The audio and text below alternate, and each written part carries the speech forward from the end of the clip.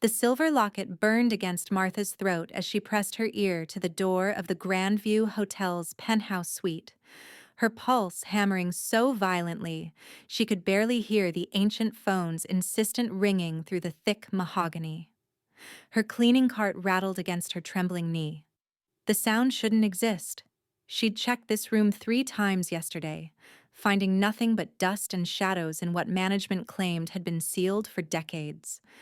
Martha's fingers fumbled with the master key, metal scraping against metal as the ringing grew more urgent, each peal seeming to reach inside her chest and squeeze. The door swung open to reveal a room that defied logic. Persian rugs unfurled across polished floors, tapestries depicting battles she'd never learned about hung from walls that should have been bare, and in the center of it all sat an ornate telephone carved from what looked like obsidian and bone. She stepped forward despite every instinct screaming retreat.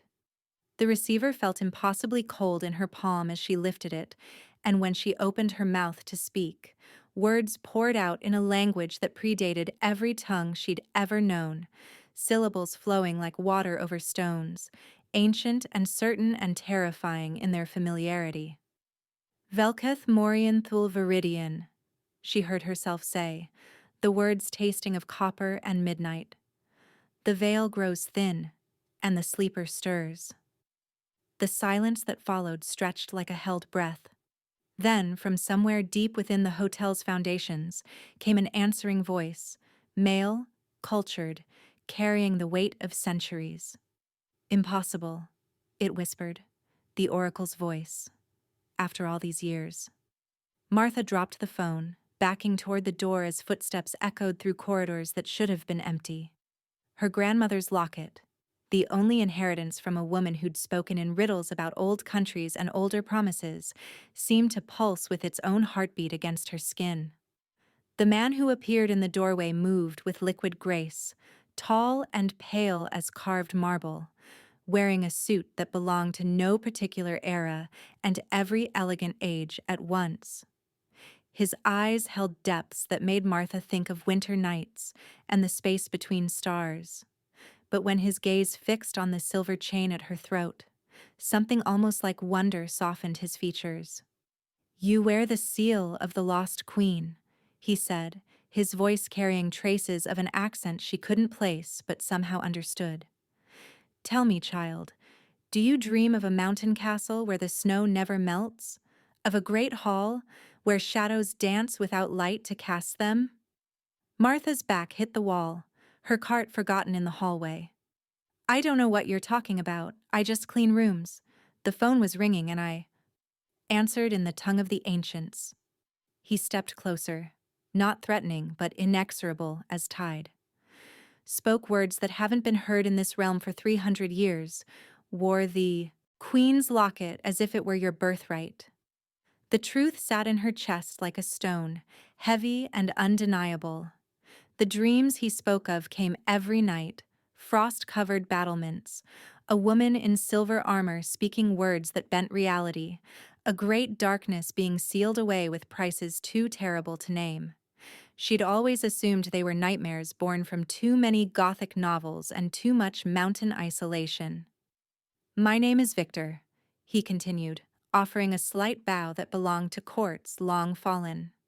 "And if you are who I believe you to be, then we have very little time."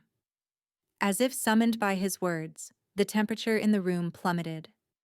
Frost began forming on the windows, and somewhere in the building's depths, something howled with the voice of wind through empty tombs. The locket grew so cold it burned, and Martha gasped as images flooded her mind. A vampire court in chains of silver light, a betrayal that shattered kingdoms, and her own hand holding a key that locked away more than just monsters. "The seal is breaking," Victor said, his composure cracking to reveal something like fear. "And they know you've returned." Martha pressed her palm to the locket, feeling its edges cut into her skin. In the growing frost on the window, shadows moved that had no earthly source, and she understood with crystalline clarity that everything she'd believed about her quiet, ordinary life had just shattered like glass.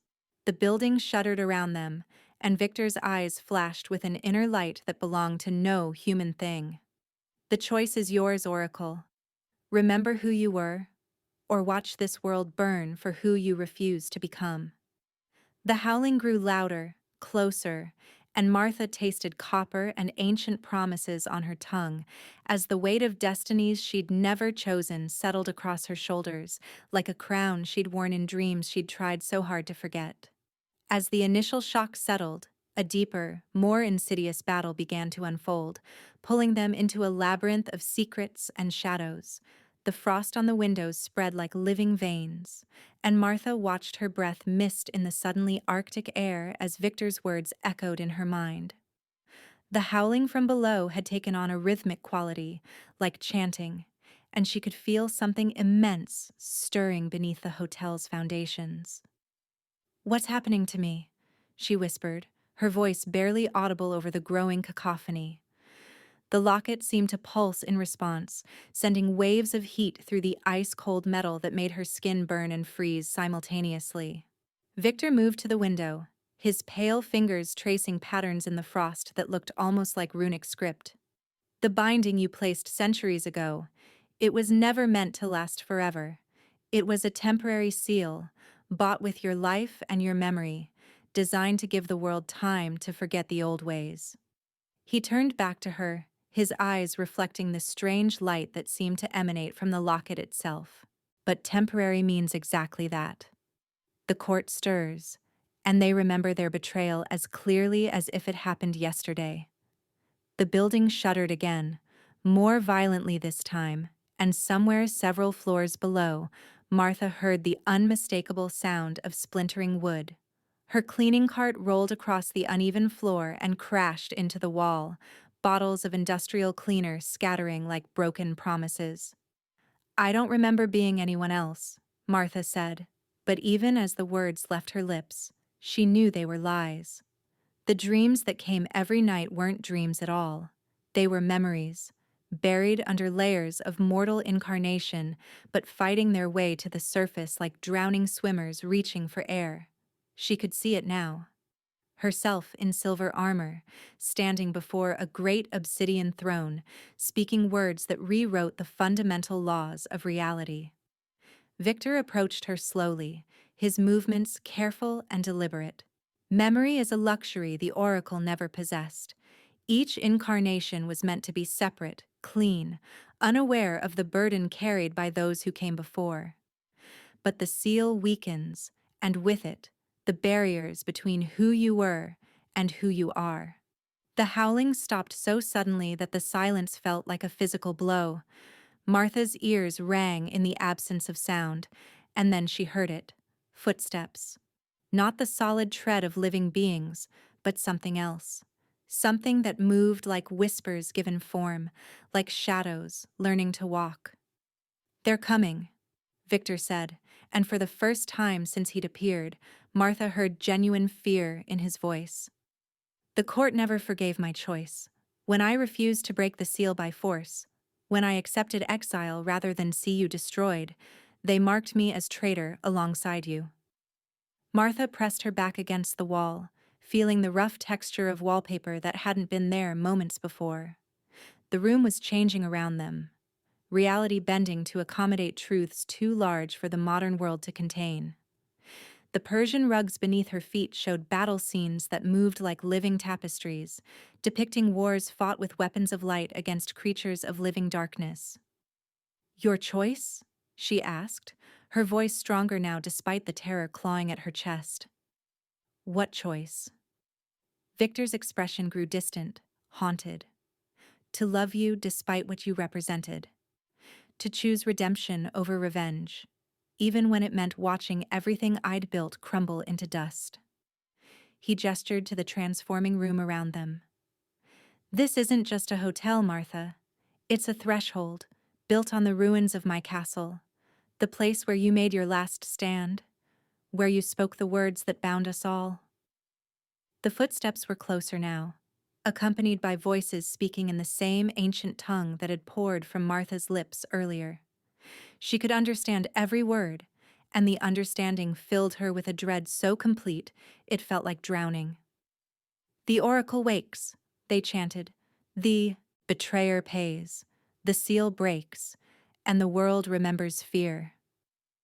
Martha's fingers found the locket's clasp without conscious thought, and as it opened, light poured out. Not the warm gold of sunlight, but something colder and more absolute. In that light, she saw Victor as he truly was, not just a vampire, but something far older and more complex. A king who'd ruled with wisdom before corruption claimed his court. A man who'd chosen love over power when the choice should have destroyed him. "I remember," she whispered, and the words carried power that made the building's walls groan in response. "I remember the ritual, the price, the reason I chose to forget." The memories crashed over her like a tide, standing in the great hall of Victor's castle, surrounded by vampires whose hunger had grown beyond all reason or control.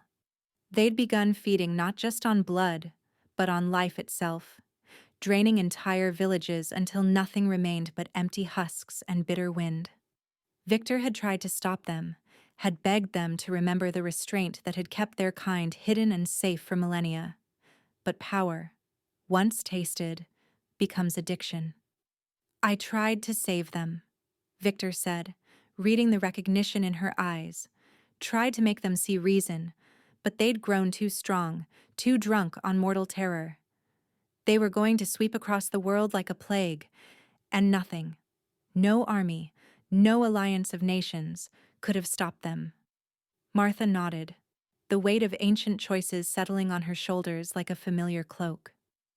"So I came to you, the oracle, keeper of the old words, guardian of the boundaries between worlds, and I offered you a choice no king should have to make." The door to the suite exploded inward, and through the smoking wreckage came the vampires of the ancient court. But these weren't the elegant predators of Gothic romance. They were things that had fed so long on terror that they'd become terror incarnate. Their forms shifted and writhed, neither fully human nor entirely monster, hungering shadows given just enough substance to hate. At their head walked a figure Martha recognized from the deepest, darkest memories. General Cassius, Victor's second-in-command, the one who'd orchestrated the court's descent into madness. His face still held traces of the noble bearing he'd worn in life, but his eyes burned with centuries of resentment. "My king," Cassius said, his voice carrying mockery sharp enough to cut. "How touching to find you here with your pet oracle. Still playing at redemption, I see." Victor stepped forward, placing himself between Martha and the advancing court. "The seal was made by choice, Cassius, mine as much as hers. If you want to break it, you'll have to go through me first." Cassius laughed, the sound like breaking glass. "Oh, Victor. Still don't understand, do you? The seal wasn't meant to imprison us. It was meant to imprison you." His burning gaze fixed on Martha. "The oracle's greatest trick. Convincing you that sacrifice meant exile instead of annihilation. She never told you the truth, did she? That breaking the seal wouldn't just free us, it would destroy every barrier between the worlds. Turn this reality into a feeding ground that would make our old hungers look like mercy." Martha felt the blood drain from her face as the implications hit her. The seal hadn't just been about stopping the vampire court's rampage, it had been about preventing something far worse. The court's hunger had grown so vast that it threatened to tear holes in reality itself, to turn the entire world into a realm where nightmares walked freely and hope became as extinct as sunlight. "You knew," she whispered, looking at Victor. "You knew what it would cost, and you agreed anyway." Victor's shoulders sagged slightly, centuries of burden visible in the gesture. "I knew. Just as I knew that if I refused, if I chose my court over the world's survival, I would become the very monster they'd already made me in their eyes." He straightened, meeting Cassius's burning stare. "I chose exile over genocide. I chose love over power. And I would make the same choice again." The court surged forward, But Martha raised her hand and spoke a word that froze them mid-step. Power flowed through her, drawn from the locket, from the memories flooding back, from the connection she'd shared with Victor across centuries of separation. But she could feel the strain of it, the way the ancient magic fought against the modern world's resistance to such fundamental impossibilities. "The seal is breaking," she said, her voice carrying harmonics that made the room's windows crack. "I can feel it unraveling, thread by thread. Soon you won't need to fight us. Reality itself will collapse under the weight of what you've become." Cassius smiled, revealing teeth that gleamed like polished bone. "Exactly as planned, my dear Oracle. Did you think we spent 3 centuries in idle imprisonment? We've been feeding on the fear that seeps through the cracks, growing stronger with every nightmare, every moment of human despair. Soon we'll be powerful enough to rewrite the fundamental laws of existence itself." Martha felt Victor's hand find hers, his fingers intertwining with her own. Even through her mounting terror, she recognized the gesture, the same one he'd made centuries ago when she'd first proposed the binding ritual. A promise of unity in the face of impossible odds. But this time, something was different. The locket's light was changing, shifting from cold silver to something warmer, more reminiscent of dawn than midnight. And in that light, Martha saw a possibility that her ancient self had missed. A third option that required neither exile nor destruction.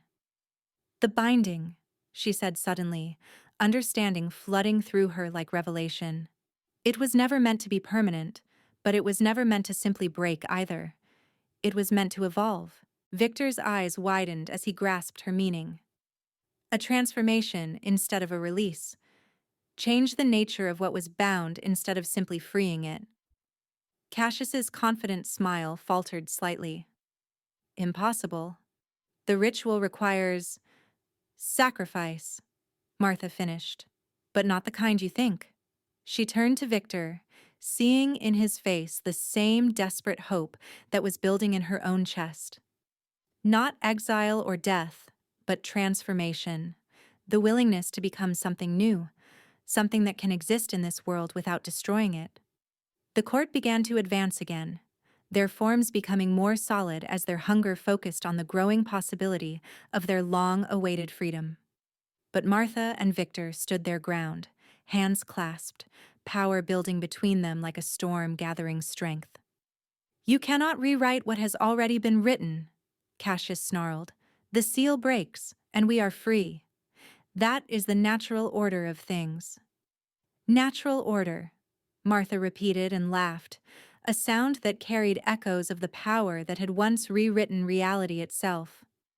"General, you've spent so long feeding on fear that you've forgotten something fundamental about magic. It responds not to what is, but to what could be."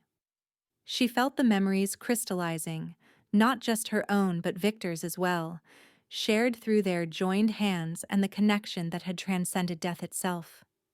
She saw their first meeting, not in this incarnation, but centuries ago, when she'd been the oracle of a mountain kingdom, and he'd been a young vampire king struggling to control a court that grew more monstrous with each passing year. They'd fallen in love despite everything that should have made it impossible, mortal and immortal, light and darkness, order and chaos.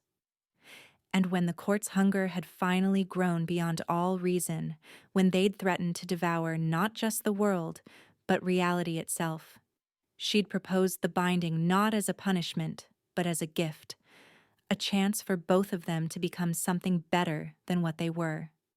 "The seal doesn't just contain you," Martha said, her voice growing stronger as understanding flooded through her. "It contains the potential for change, for growth, for redemption, if you're willing to accept it." The court hesitated, uncertainty flickering across their monstrous features. In that moment of doubt, Martha felt the seal's true nature reveal itself. Not a prison, but a cocoon. A transformation waiting to be completed. But Cassius rallied his followers with a roar that shattered every remaining window in the suite. Lies!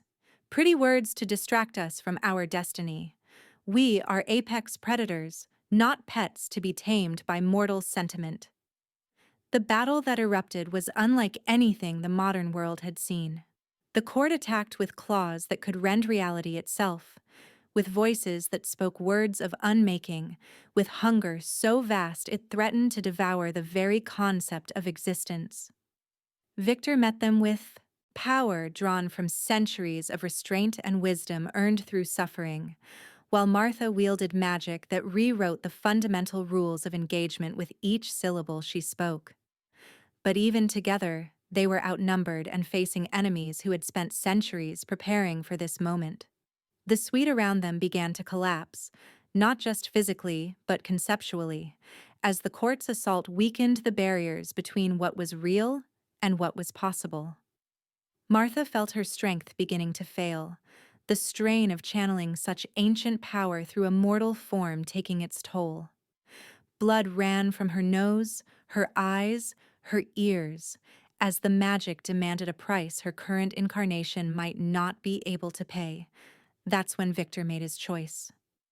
He released her hand and stepped forward, directly into the path of Cassius's most devastating attack.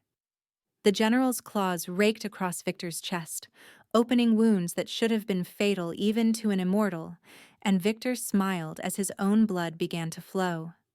"The binding requires royal blood freely given," he said, his voice carrying across the chaos of battle. "My blood, my choice, my transformation." The locket around Martha's throat blazed with light so brilliant it seemed to burn away the darkness itself. In that radiance, the true nature of the original ritual revealed itself, not a binding of imprisonment, but a binding of change. The court had been sealed not to contain their evil, but to give them time to choose a different path. Victor's blood hit the floor and began to spread, forming patterns that looked like runic script written in liquid light. Where it touched the feet of the court members, their monstrous forms began to shift, not back to human shape, but forward to something that had never existed before. Creatures of darkness who chose to serve the light, predators who had learned to nurture instead of destroy. Cassius fought the change, his will opposing the transformation with every ounce of his considerable power. "I will not be made tame," he roared. "I will not be made weak." "Not tame," Martha said, her voice carrying the authority of every oracle who had ever spoken truth to power. "Not weak, made whole." The general's resistance cracked like a dam bursting, and the transformation claimed him as it had claimed the others. His burning eyes became simply bright, his claws reshaping themselves into hands that could create as well as destroy. The hunger that had defined him for centuries remained, but it was no longer a hunger for destruction. It was a hunger for purpose, for meaning, for the chance to build something beautiful in a world that had forgotten how to hope. Martha collapsed to her knees as the last of the magic flowed out of her, the locket's light dimming to a gentle glow. Around her, the members of the former court were helping each other to their feet, their faces showing wonder and confusion, and something that might have been gratitude. Victor knelt beside her, his wounds already beginning to heal. "Is it finished?" he asked. Martha looked around the transformed suite, seeing not the ornate vampire's lair it had become, but something simpler and more profound, a place where impossible choices had led to unexpected redemption. The court was free, but not as they had been. They were free as they could become. "Not finished," she said, managing an exhausted smile. "Just beginning." But even as she spoke, she felt something shift in the building's foundations, a tremor that had nothing to do with magic and everything to do with the mundane world reasserting its hold on reality.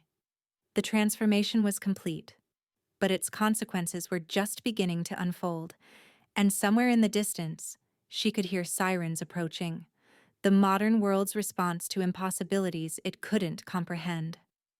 Victor helped her to her feet, his touch gentle but urgent. "We need to go. The authorities will be here soon, and questions will be asked that we can't answer without revealing more than this world is ready to know." Martha nodded, but as they moved toward the now ordinary doorway, she felt a chill that had nothing to do with mountain air.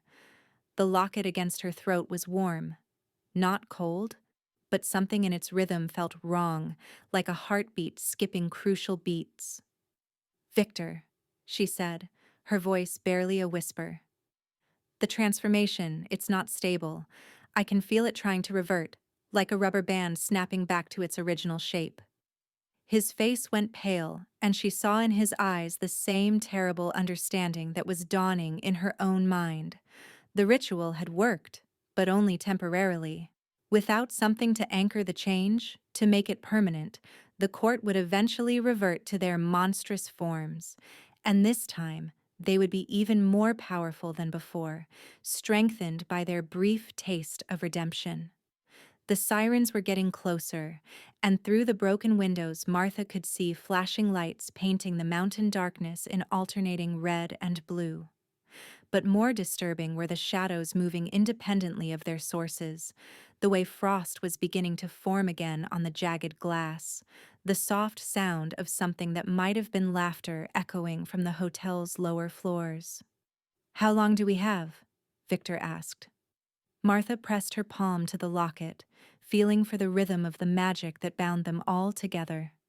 The answer, when it came, hit her like a physical blow. Hours, maybe less.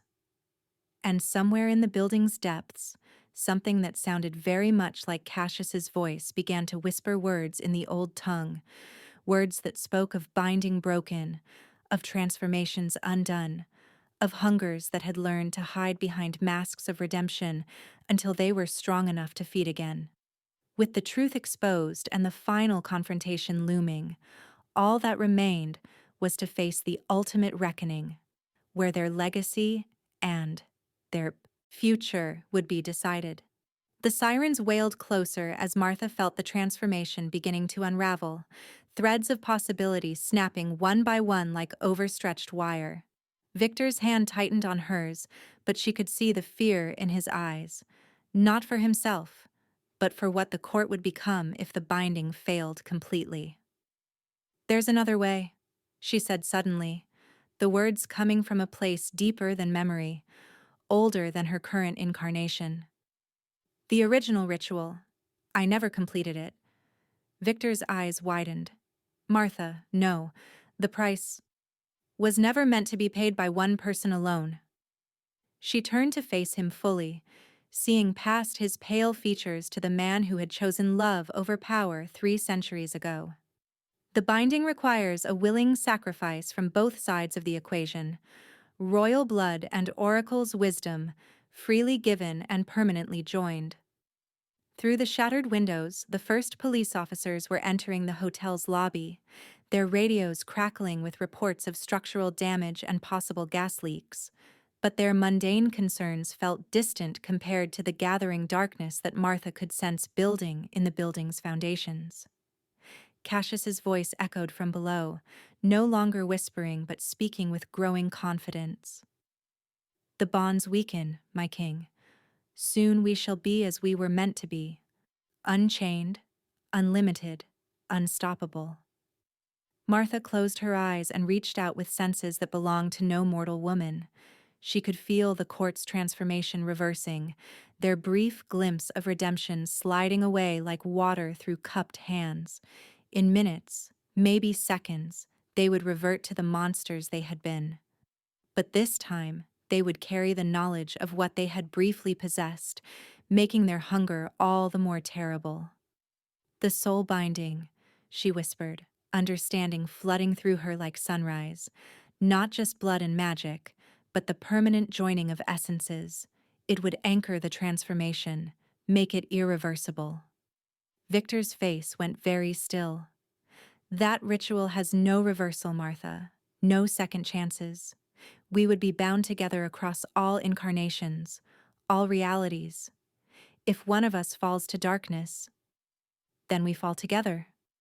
She stepped closer to him, her hands finding his face, feeling the marble coolness of his skin warming under her touch. But if we choose light, we choose it forever. The court's transformation becomes permanent because it's anchored to something unbreakable. The building shuddered around them as Cassius's voice grew stronger, and Martha felt the first court member complete his reversion to monstrous form. The howling that followed made her blood turn to ice, but also strengthened her resolve. "Do you trust me?" she asked. Victor's smile was sad and beautiful and certain. "With everything I am, or ever was." Martha drew the silver locket from her throat, feeling its weight triple as she spoke the words that would transform it from simple jewelry into a conduit for forces that predated human civilization. The metal grew warm, then hot, then blazing as she pressed it between their joined palms. "Velketh Morian Thul Viridian," she began, but this time the ancient words carried different meaning. Not a sealing or binding, but a joining. A marriage of light and shadow, mortality and eternity, redemption and the courage to choose it again and again across infinite lifetimes. Victor responded in the same tongue, his voice harmonizing with hers as if they were two parts of a song that had been separated for too long. The locket between their hands began to glow, not with cold silver light, but with something warmer, more complex, the radiance of two souls choosing to become one while remaining themselves. Power flowed between them, through them, around them, and Martha gasped as she felt Victor's memories becoming hers, his guilt and hope and desperate love for the creatures he had failed to save flowing into her heart. In return, she gave him her own memories, not just of this life, but of every incarnation she had lived, every time she had chosen to forget her power in order to live as simply human.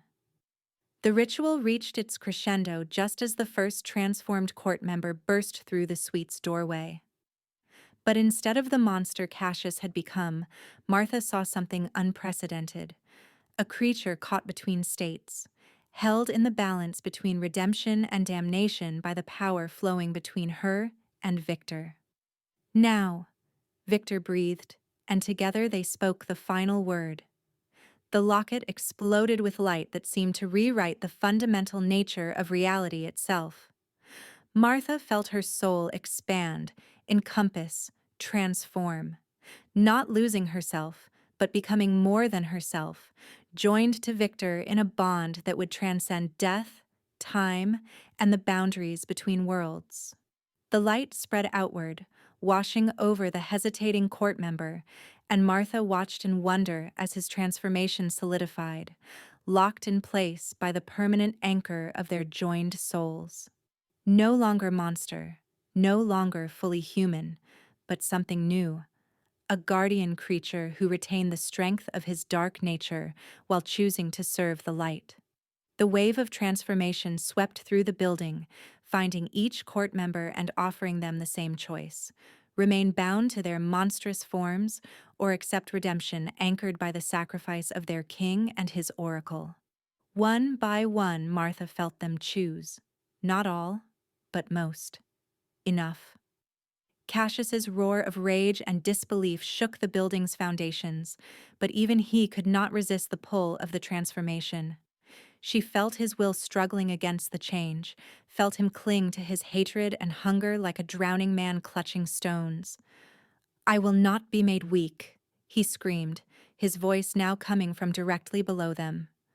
"Then be strong," Martha called back, her voice carrying the authority of every choice that had led to this moment. "Be strong enough to forgive, strong enough to build instead of destroy, strong enough to let go of what you were and become what you could be." The silence that followed stretched like a held breath. Then, slowly, Cassius's presence changed. The rage didn't disappear. It transformed, becoming righteous anger at injustice rather than petty fury at personal slights. His hunger remained, but it became a hunger for purpose, for meaning, for the chance to protect rather than prey upon the innocent.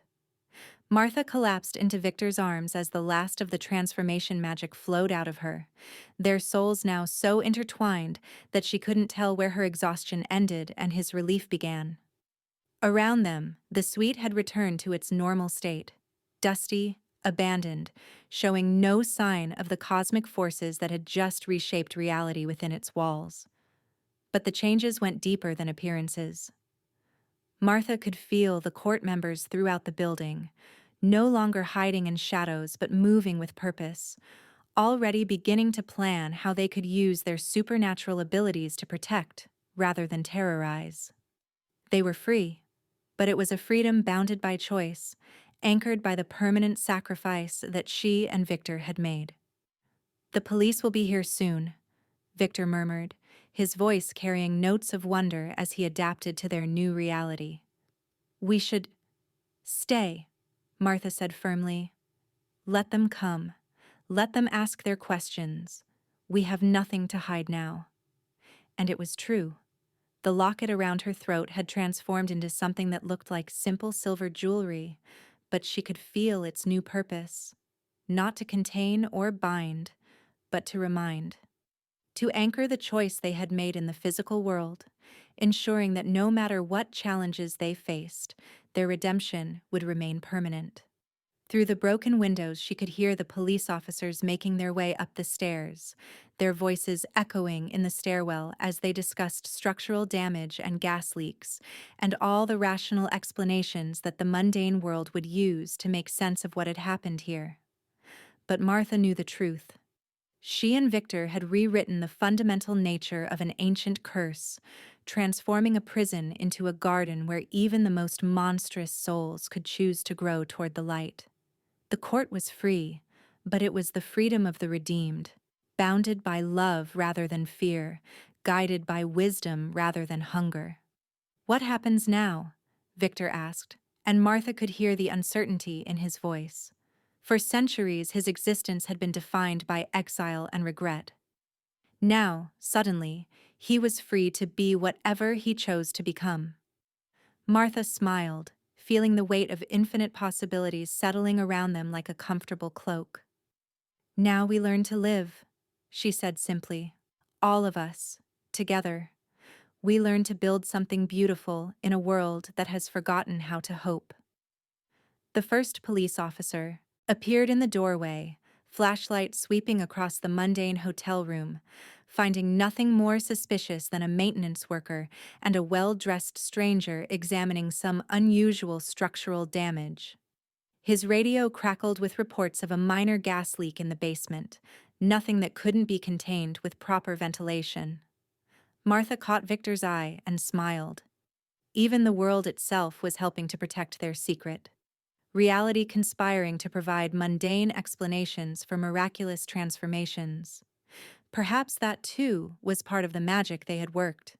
Not just the redemption of the court, but the integration of wonder into a world that had forgotten how to believe in second chances. As they walked toward the door, Martha felt Cassius's presence one final time, not the raging monster he had been, nor the bitter exile he had become, but something entirely new. A guardian who had learned that true strength came not from the power to destroy, but from the wisdom to show mercy. The general's voice followed them down the hallway, though she suspected only she and Victor could hear it. "My king," he said, and the words carried respect instead of mockery, gratitude instead of resentment. "My queen, the court awaits your command." Martha paused at the top of the staircase, looking back at the suite that had been the site of their transformation. In the growing dawn light streaming through the lobby windows below, she could see the other court members, no longer hiding, no longer hunting, but standing ready to serve something greater than their own appetites. "No commands," she called back softly. "Only choices. Make them wisely." Victor's hand found hers as they descended the stairs together, and Martha felt the rightness of it resonate through their joined souls. They had chosen love over power, redemption over revenge, hope over despair. And in making that choice, they had proven that even the darkest curse could be transformed into the brightest blessing. The mountain town spread out before them as they emerged from the hotel, unchanged in its physical details but somehow fundamentally different. Martha could sense it in the way the morning light fell across the peaks, in the way the wind carried promises instead of warnings. The world had been given a gift, guardians who had learned the true meaning of strength, protectors who had chosen mercy over dominion. Her grandmother's locket, now their locket, the symbol of their eternal bond, caught the first rays of sunlight and threw them back, transformed. Not as cold silver, but as something warmer. Golden light that spoke of second chances earned through sacrifice, of redemption anchored in love, and of the truth that even the greatest darkness could choose to serve the light. Martha squeezed Victor's hand, feeling the pulse of their joined hearts, the rhythm of souls that had found their way home to each other across centuries of separation. Behind them, the court, began their new existence as guardians of hope rather than merchants of despair. And ahead of them stretched infinite possibility, a future they would write together, one choice at a time, proving with every decision that true power lay, not in the ability to destroy, but in the courage to create something beautiful from the ashes of what came before.